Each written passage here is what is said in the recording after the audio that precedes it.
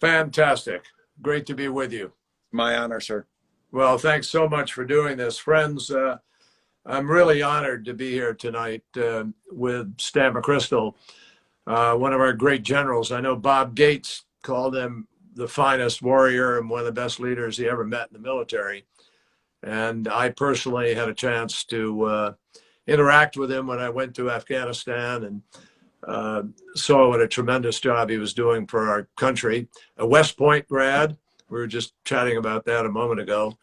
And a very distinguished career in the United States Armed Forces. Commanded, as most West Point grads do when they get out, a small company or unit and then go on to greater things. And we're going to dig into that a little bit because some of what General McChrystal learned in the course of his career had to do with climate change. And it's one of the reasons we're talking tonight. The climate crisis is really a more apt way to describe what we're facing right now.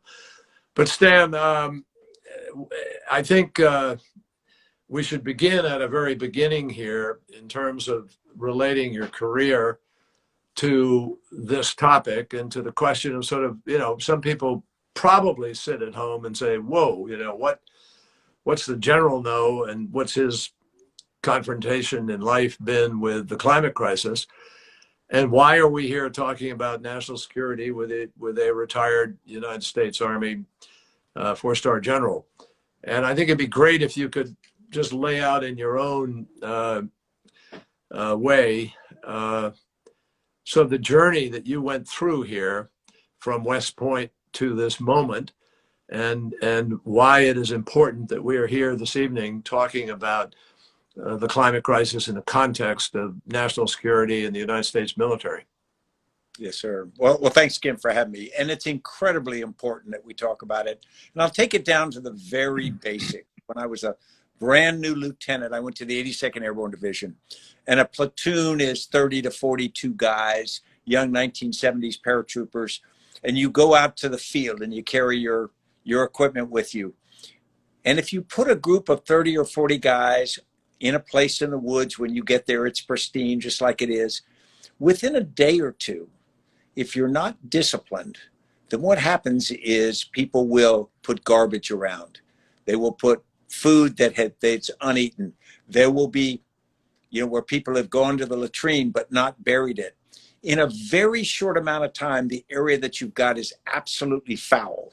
Now, if you expand that out to the size of a larger military unit or an army or a refugee camp, what you find is in almost no time, what you've done is you've created a breeding ground for disease. And up until the Second World War, as we learned, armies traditionally lost more soldiers to disease in camp than they did on the battlefield. And that's because the basics of hygiene and health would be jammed into an area. Well, we're now jammed into a world. And we are in an area where if we don't have the discipline to take care of the area where we are with the basics, then we pay a stiff price. So, excuse me, the word pollution is pretty fundamental to what you were just talking about. Absolutely. Pollution of every kind. There's pollution of light, believe it or not. If you got too much light, you lack discipline, and also people can't sleep. But then the basics of things like just dirty, if people don't wash their hands, if you don't create a clean enough environment so you can get things sterile to eat and to do medical things, then you just start to have a big problem. Many people know that the Spanish flu in 1918 really raged from military camps where people were brought together from farms and towns without immunity, and they were put into these temporary barracks and tents. And of course, a virus could go through those wildfire. And did, for certain. So when you were initially a young lieutenant and then captain, and you were dealing at this basic level, and you began to take care of your troops the way you should in the context of this hygiene and sanitation and so forth. When for you did this translate into a larger, bigger picture in terms of both the military and the kinds of missions that you were you were performing? Absolutely. It started when I was younger. I was in special forces and went to Thailand and places. And what you find is when people have a place where they live, an ecosystem which can't support them for environmental reasons, for any reason, they're going to go somewhere else. And there's going to be unrest. And then when we have a need for things like resources, suddenly American foreign policy, where we send our sons and daughters in harm's way, is based upon those things we need. Most of my career, particularly when I was a young captain, was focused on ensuring the free flow of oil from the Mideast. Now, that had a lot of economic challenges, and certainly it handcuffed the United States politically in many ways because we had to do some things. But it was also extraordinarily expensive. We were bringing fuel at huge cost, and we didn't count the cost of securing oil fields in some cases, securing the Persian Gulf, securing the movement, much less start to count the cost that the hydrocarbons had on our environment back where we actually burned it. So carry that forward a little bit, because I know you and I have chatted, we were chatting earlier about that cost. When you were in Afghanistan, you were shipping fuel into Kabul for all the fundamentals of everything we were doing, Humvees, tanks, whatever. Can you talk about that cost for a moment? Sure. Please. Someone takes a gallon of diesel fuel or a gallon of gasoline, and you see the per pump cost in your neighborhood, and you say, well, that's about what it costs. But for a remote base in Afghanistan, let's say somewhere south of Lashkar-Gah in the Helmand province, that fuel typically started somewhere in the Persian Gulf. It was refined, it was purchased, it was put into tankers, and then it was moved around over to Pakistan. And then it took a long, dangerous trip through Pakistan in these convoys of tankers. It would have to pay Pakistan to get through. And of course, much of the aid we gave to Pakistan was also to ensure support for that, indirect costs. And then it would get to the border in Afghanistan, and we would put it into convoys. And those convoys would require military escort for security. And those convoys would move the fuel in to certain bases. And then for smaller bases, you'd have to break those convoys into smaller convoys so you could get it out. By the time it got to a small base where there might be 30 or 40 American soldiers and a few hundred gallons of fuel needed at a time, the cost per gallon was impossible to calculate, but I think it was well over $50 a gallon. And so we really think about that when we understand just how much it costs to be dependent. So here's a point I want to build out a little bit for everybody who's listening, because what you've given is a very graphic example of one kind of cost that's not it's not declared within the price of what you're doing. Though the budget for the military obviously has to take all those things into account. But the average person doesn't look at it and see those hidden costs. But I want the folks listening to recognize that that is true now of all fossil fuel consumption. It's not just for the military in Afghanistan.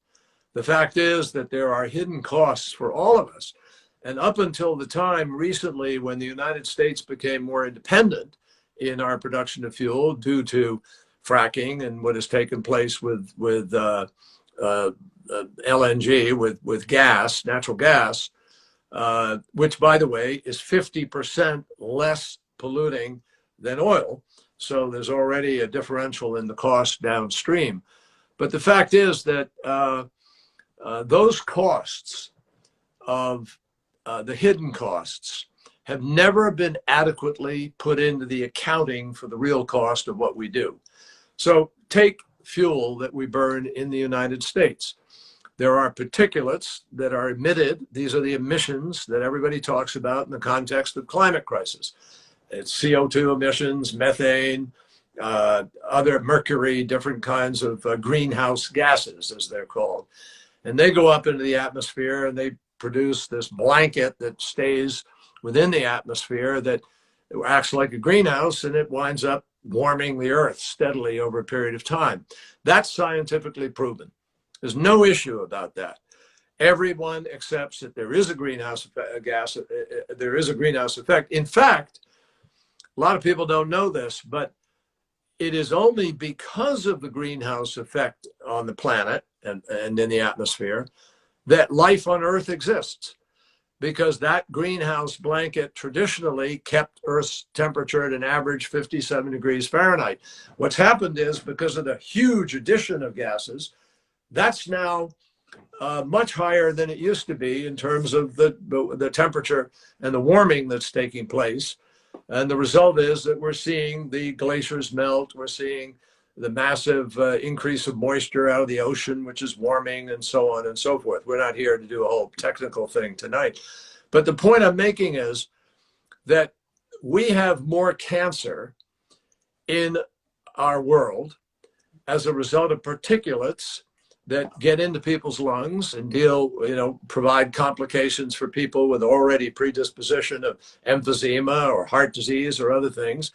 The greatest cause of children being hospitalized in the United States of America every summer is environmentally induced asthma, on which we spend $55 billion as a nation every year.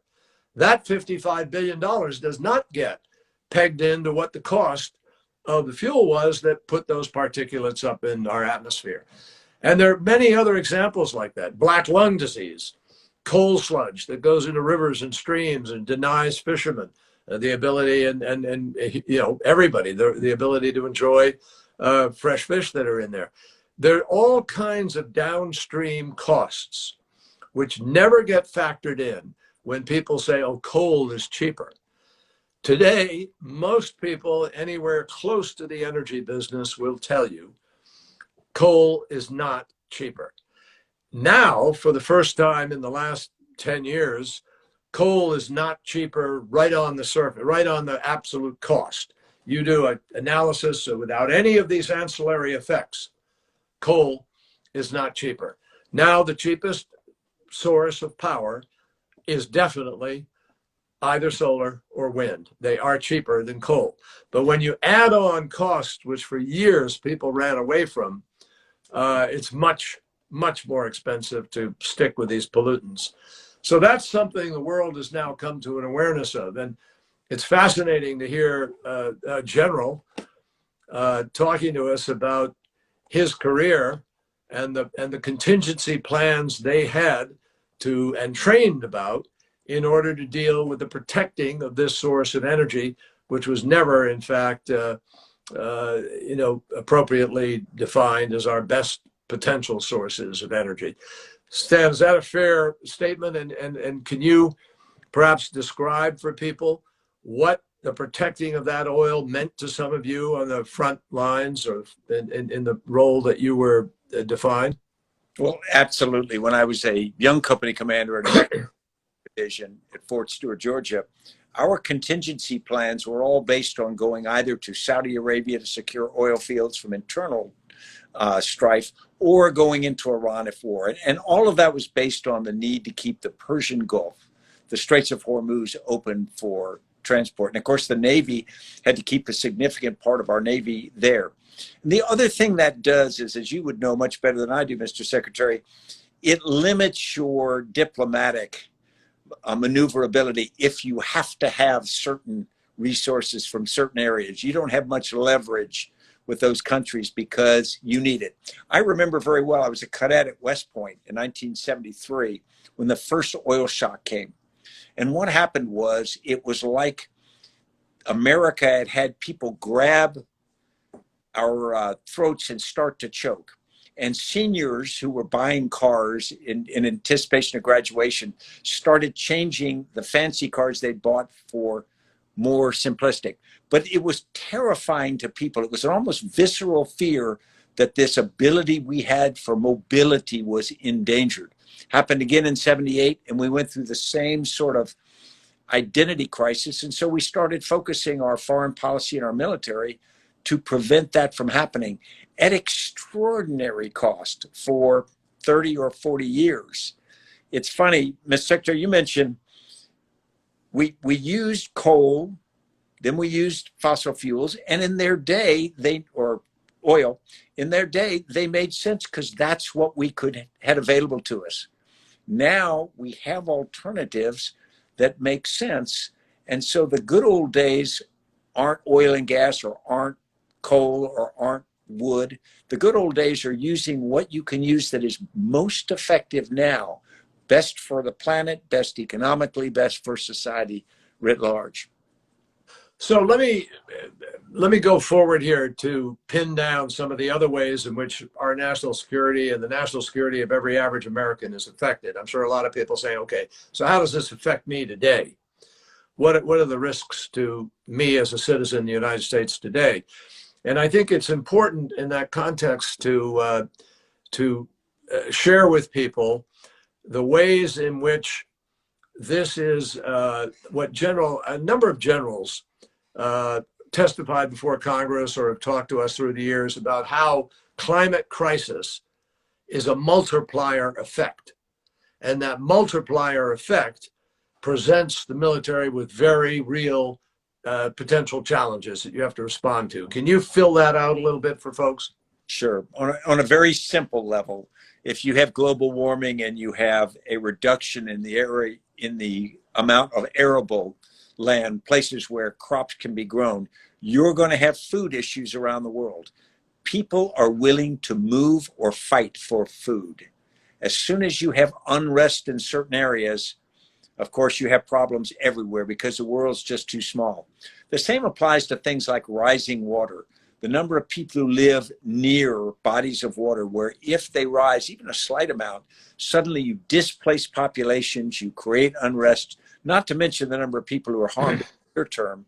What you create are these movements that change society and not always for the better. And so when we think about our security, we have to look over the ridgeline because what happens way over there does matter way over here nowadays. And so I think that one of the advantages that the military have is we tend to get out and around the world. We tend to see it up close. And we tend to understand that when you have those impacts, that it doesn't take very long before they're felt right where we are. And let me emphasize that. People aren't aware of it, again, necessarily, but the fact is that some of the pressure on our southern border of people trying to break into the United States illegally has come from climate crisis. In Honduras, Guatemala, El Salvador, you've had farmers' fortunes change very significantly. People are not able to grow crops. Excuse me. And the result is that they move. They're moving, as the general just described. And in Europe, we had about 1 million people move out of the desert in Syria, and they came into Damascus. And those 1 million people, not all of them, but many of them became the pressure cookers that helped to create the insurrection that took place in a war internally, civil war that is still going on in Syria. And it's had a profound impact on the region. And the refugees that were created by that war were fighting, and people may remember the images, trying to get through Greece, get out of Turkey, move through Europe. And if you want to look at something that changed the politics of Germany, just ask Angela Merkel, the chancellor there, what happened when she agreed to take 1 million people coming in, because that's what the pressure was in Europe. And it profoundly changed the politics and the security situation in Europe itself. That will be magnified many times over. There was a community in Pakistan this summer, that measured 130 degrees Fahrenheit. Similarly, in the Middle East, there were a number of communities. In Death Valley, just not so long ago, it measured 130 degrees in the United States. And the fact is that human beings just aren't structured to survive and live at 130-degree temperatures. So we're facing the potential here as water diminishes, as the general mentioned, as the great rivers of the world begin to see pressure put on them, the Mekong River, the Yellow River, the Yangtze River, the Ganges. These rivers are critical to the supply of food and to people's ability to live. And they're fed from the Himalayas. They all come from the glacier of the Himalayas. And those glaciers are receding now. So the potential of this creating massive dislocation and massive refugees, that involves our military. It also is a threat in terms of extremism, because you have really bad actors get involved with these people who are at need, and they proselytize. They have extraordinary ability through demagoguery and other methodologies, just the lust for survival, to be able to change people's attitudes, and that can produce somebody who's willing to blow themselves up in the subway or in a marketplace or anything. We do not do well also on the health issue when you have that kind of dislocation. And I wonder, General, if you'd share with people, from your perspective as a military person, how health interacts here and why this is also a threat multiplier. Well, we'll start close to home. Only 29% of young Americans qualify to enlist in the U.S. military. That means 71% of our young people cannot enlist in the military if they want to. Now, there are a number of reasons: health reasons, legal reasons, other reasons. But if you think about that, that means that if we ever have to field a whole bunch of healthy people, we're going to be challenged. You extrapolate that around the world, we need good workforces. And there can be an argument that says, well, technology means you don't really have to be healthy anymore, meaning you don't have to be a strong back and strong arms to work. But the reality is you have to have a good mind, and you have to have a healthy constitution. Otherwise, you're going to spend your time in a hospital, and the costs of healthcare in these countries can cause countries literally to collapse. And so we like to, if we think of the world as a zero-sum game, and that our wealth is and someone else's poverty is to our advantage, that's absolutely the opposite of the reality. Because if other people are poor, they share the pain, whether they intend to or not.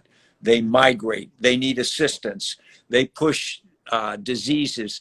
And nowadays, in the days of high tech, extremists, as you mentioned, have the ability to reach out in their frustration in ways that they couldn't do even 20 years ago. Yeah. So it matters to us in a very real way. Well, I might just build on that. When I was serving as secretary, I remember we had a briefing in the Situation Room of the White House where our health experts were warning us that Ebola had broken out in West Africa, and we were facing the potential that 1 million people were going to die in 4 months, and that there was going to be a pandemic. This has reached the United States, et cetera, the world. We were in trouble, as we are today. So President Obama was literally, I think it's fair to say that all of us in the room didn't know what we didn't know. But we knew enough to know that we had to try to prevent a pandemic. So the president had the courage to send 3,500 or 4,000 troops to West Africa, where they built healthcare delivery capacity, working with the French and working with the British. And we held an emergency meeting at the UN where we pulled all these countries together to give PPE, protective gear, personnel themselves who would go and care for people, bring certain technologies to the table. It was a coordinated effort. And in the end, not 1 million people died, 11,000 people died. And we managed to contain Ebola as from being a pandemic globally. Now, why do I say that? Because the military had to do that. Had it not been for the courage, capacity, technical expertise, organizational skill, logistical skill of the military, we couldn't have done that. And our military was on the front line of that, as they have been many times in these kinds of situations. And so what will happen, and we see this, is that with increased pressure environmentally on water, hygiene, moving of populations, the capacity for more pandemics to suddenly break out and begin to spread are very, very real. And the reality is that our military is going to be drawn into this. Could you speak a little bit, General, about the contingency planning and discussions within the Pentagon and the attitude of the military itself towards the reality of the climate crisis? Absolutely. The military exists to protect the American people. And you protect the American people a lot of different ways. You don't do policing on the streets, but what you do is you protect the American people when, for example, places like New York needed additional medical capacity during the beginning of COVID-19. They were able to use resources and the organizational skills and transportation to make that work. The same thing as you described in Africa as we can go forward. It's always best to defend as far forward as you can and to address a problem as early as you can. So, for example, the military's great skill is logistics and transportation, an organized entity that can do a lot of things. I think it's going to be leveraged when there's a vaccine available for COVID-19 to help do distribution. It won't do all of it, but it will be essential to doing that. And so I think we need to think of the military not just as a in the traditional sense, but as a defensive tool in whatever necessary sense we have, whatever we need to be defended from, like a pandemic. Are there threats that we haven't really discussed that you think the military faces and/or will be called on to try to address? Yeah, I think As there a consequence of climate. Yeah, I think there are ones that are really going to be involved when you start to have the effects of global warming, changing water along the movement of people, sometimes even saving people. Of course, the Army Corps of Engineers has been doing flood control and waterways for 200 years. So I think all of those will be big contributions that the military is going to have to make. But I would also argue something you mentioned earlier. In a time of chaos, you have a rise of actors who want to leverage that. So you have a pandemic or you have an environmental problem that comes. Suddenly, if we had, for example, been hit with a serious set of cyber attacks during this period when we are so dependent upon Zoom and work from home, it would have been extraordinarily harder to operate. So I think there's going to be a blurring between traditional defensive actions and things that will be needed in times of chaos caused by climate change. How seriously does the Pentagon take the climate crisis? I think if you ask the average person in the Pentagon, very, very seriously. Just too much personal experience across the force on things that they see. You know, if you're in the Navy and you see polluted waters, you see the navigation around the Arctic Circle now is completely different than it was even a generation ago. You see the changes up close, so you don't have to just read and hear about it. So I think that the level of seriousness of this is extraordinarily high. And are there ways that those who are concerned about it in public life should be talking about it differently or bringing people to the table differently? I mean, what is it that accounts for the United States of America being the only nation as a whole that really denies or tries to? A good percentage of our population denies this.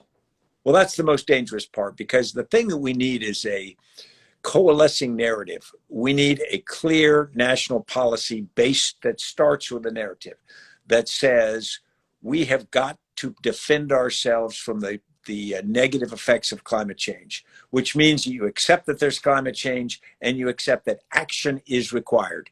You start with that narrative, and every American is part of it, and every organ of government, local and federal, has some contribution to that. When you get people to accept that, then all the things that derive from that, the different programs, the actions, the training, the education we need to do, make sense. Our problem is we trip over that narrative right now. And I think that we lose credibility in the world, but even worse, we're losing time.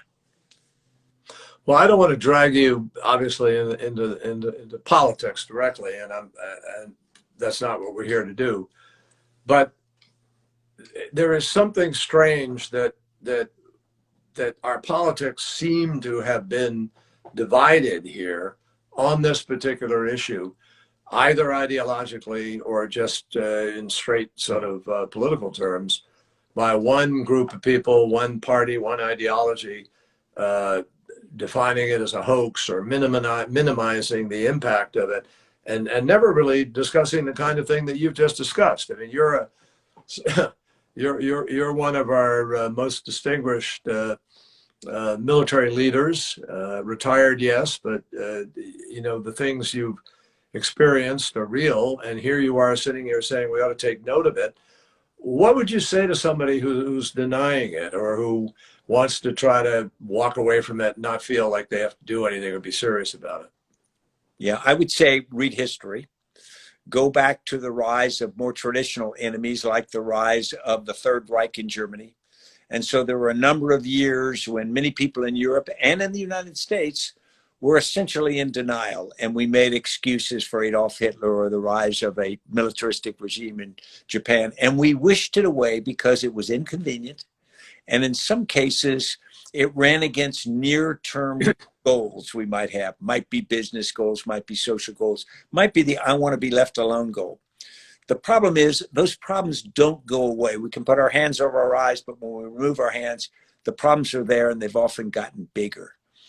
I think that what we've done internally in the United States is we've confused the issue. We, for example, said that we should use coal because we have 50,000 coal miners and they deserve the right to work.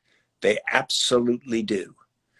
But if we went back and we said, wait a minute, if there were no such thing as coal right now, would we create a requirement to send people a mile underground in difficult, dangerous conditions to pull coal out? No, we'd probably come up with a different approach to it. And so what I think we've got to do is say, we used coal for 150 years because that in that period was the right answer.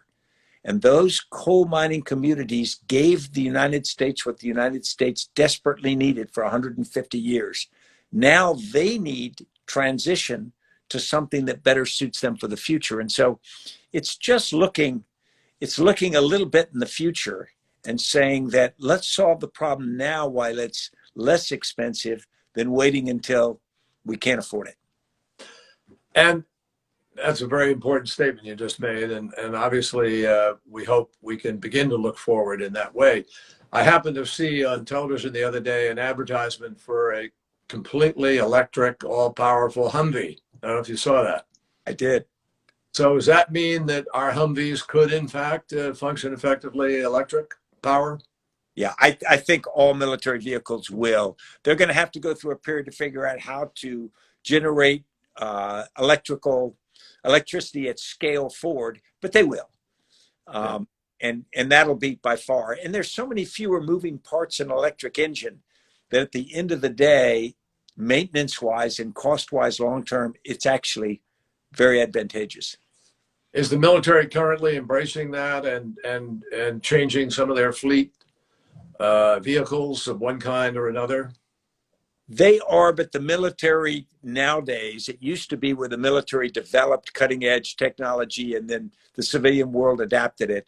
Nowadays, it tends to be led in the civilian world and then adapted by the military. So I think we're going to be further ahead for a while in the civilian, and then it will be pulled into military uses. And what aspect of the climate crisis, I mean, we've talked about water, we've talked about the people moving, et cetera, but is there one component of this array of challenges that you think presents the military with its greatest threat and the greatest possibility of conflict? Yeah, I think it is the inability to focus on things that hit the third world, the developing world first, because they are most vulnerable. Those areas that don't have much choice on using fossil fuels in the near term, so they're putting in power grids and they are creating pollution at an alarming rate. Now, we produce more because we're more advanced, but as they do that and they destroy the rainforests and whatnot, there's almost no way for them in the near term, in a reasonable period, to recover. And that's going to cause unrest. And that's going to cause things that we end up being involved in. For sure. No question about that. General, you're currently, we sort of wrap up here in a moment, but I want to make sure we've covered the bases. You're currently running your own firm, a consulting firm down in Virginia and Washington, Virginia. My question is, as you, and one of the things you're consulting about is just leadership. You're helping people to understand the nature of leadership. Could you apply that? Do you apply that in any way to this particular challenge, to the climate crisis, or are there ways that you might want to going forward? Absolutely. The focus of what we do is to bring disparate parts of organizations into better collaboration to be more effective. And so if you think about the climate crisis, everybody's got a piece of it. Nobody owns the whole thing. That's one of the problems. And so you've really got to get a shared solution where everybody comes and does their part, but you constantly collaborate with science and with resources and whatnot. We've been working with a number of communities and places now on their response to COVID-19. So how do you bring all the parts of the government and community to be more effective at dealing with that? I think the climate crisis is the same kind of a challenge. Mm-hmm. How do you bring all the elements of national power and national capability into alignment? Because we can have good intentions, but if we can't get organized, we won't get much done. Well, I couldn't agree with you more. There's a terrific book by Professor Paul Kennedy at Yale. I know you were teaching a course at Yale. The book is called Engineers of Victory. And it's a book that lays out how mid-level folks who were tasked with a specific mission during the war actually laid the foundation for winning the war. And in 1943, it was not crystal clear that the United States was going to win. We had big hurdles to get over, and it was mid-level folks who were tasked to go out and figure out how are we going to break the defenses in order to get into Europe and push Hitler back and defeat Germany. There were critical issues of taking air superiority. How do we control the skies? How do we control the seas? And the solution to these things, developed in the most amazing way, working their way up through the ladder. But that was how we won the war, fundamentally. The same kind of thing, I would suspect you believe, has to happen now. We've got to unleash America's incredible, innovative, creative capacity, our extraordinary private sector that allocates capital usually pretty effectively, not always, but usually, and build out the systems, the products, the methodologies that are going to help us to solve this problem. I don't have any question that we could do it. The only question in my mind now is, are we going to do it soon enough? Will we get the job done in time? But I assume you would agree that if we organize ourselves, America, probably more than any other nation, has this incredible spirit of discovery and creativity that can get this job done. In 1961, when President Kennedy said that we would send a man to the moon in that decade and bring him home safely, not only did we do it, we spun off an amazing amount of technology, right, and we built up other things around the world. That's the kind of approach I think the American people are waiting for. Yeah. Well, that's where digitalization, among other things, came from. Many, many great products and things out of that. Well, look, my friend, I am deeply appreciative, first of all, for your career and your leadership and all you've done to serve our country. And secondly, for your friendship and your willingness to step up to help others to be able to understand the nature of leadership and the importance of it right now. So I'm really grateful that you've helped people to see this whole new dimension. A lot of folks really have no clue that a serious military person like yourself and the Pentagon itself takes this issue very, very seriously. And I think more and more people should hear from you and be able to understand the ways in which our getting a step ahead of this is the way we will keep America safe. Well, sir, I just thank you for having me, but thank you for all you have done, and thank you for what you're doing now. It matters. Well, it's my pleasure. Thank you. You know, the biggest thing I need help with is how the hell you get off of this thing, Instagram. But thank you so much. Take care. All right. Bye-bye now. Thank you.